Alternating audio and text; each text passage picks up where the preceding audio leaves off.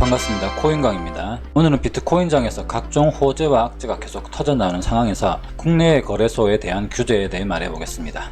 아직까지 전 세계적으로 규제가 나오지 않은 지금 코인이 자리 잡기 위해선 규제와 함께 인정을 받아야만 하는데요. 그 가독에 있는 지금 국내에서도 규제에 대한 얘기가 나오고 있습니다. 최근 전 세계적으로 코인에 대한 규제를 하기 위한 움직임이 점점 늘어나고 있습니다.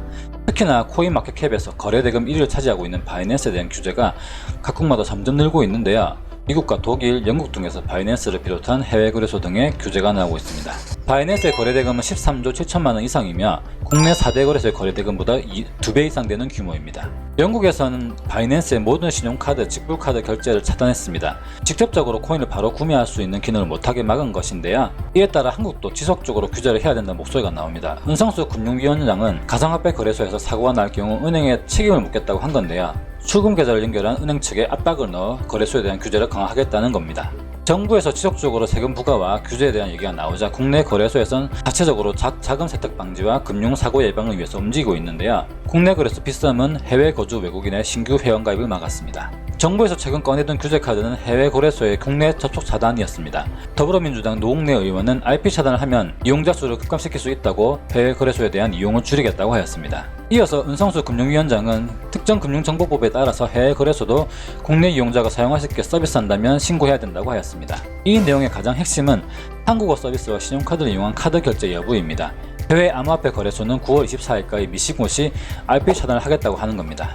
미신고 시 지속적으로 영업을 계속하면 제재를 하겠다고 하였습니다. 이에 대한 제재가 과연 실효성이 있을지는 업계에서는 회의적이라고 합니다. 국내 투자자들은 해외 거래소를 이용할 수 없게 되겠지만 원칙적으로 투자자들의 투자를 직접적으로 막을 수 있는 법적 근거가 없을 뿐만 아니라 우회 소속 방법이 있어 현실적으로 없다는 관측이 나오는데요. 해외 거래소 국내 영업하기 위해 신고를 할 가능성은 극히 낮게 보입니다. 국내 투자자들은 VPN을 이용해 우회 소속 방법을 하면 되거든요. 국내에서 바이낸스를 사용하는 투자자들의 대부분은 VPN을 쓸 것이라고 합니다. 그리고 탈중앙화 거래소를 이용한 방법도 있습니다. 직접적인 연결을 시켜주는 P2P 거래 방식을 중개해주는 DEX는 특검법상 제재 대상에 해당하지 않습니다. 이렇게 국내에서 다양한 규제 방안을 내놓고 있는 중인데요. 대부분 국내 거래소에서 코인을 사서 해외 거래소에 지갑 전송을 하는 국내 투자자들은 이번 규제에 대해서 실효성이 없다고 합니다. 가상화폐의 특징 중 하나인 탈중앙화는 지갑 전송에 대해서 추적이 불가능하기 때문에 국내에서 해외로 보내는 지갑 전송 방법을 정부에서는 막기 힘들다고 하는데요. 그리고 내년 대선을 앞둔 시점에 많은 이용자가 있는 코인판에 규제를 하기에는 각 당마다 조심스러운 부분이 있습니다.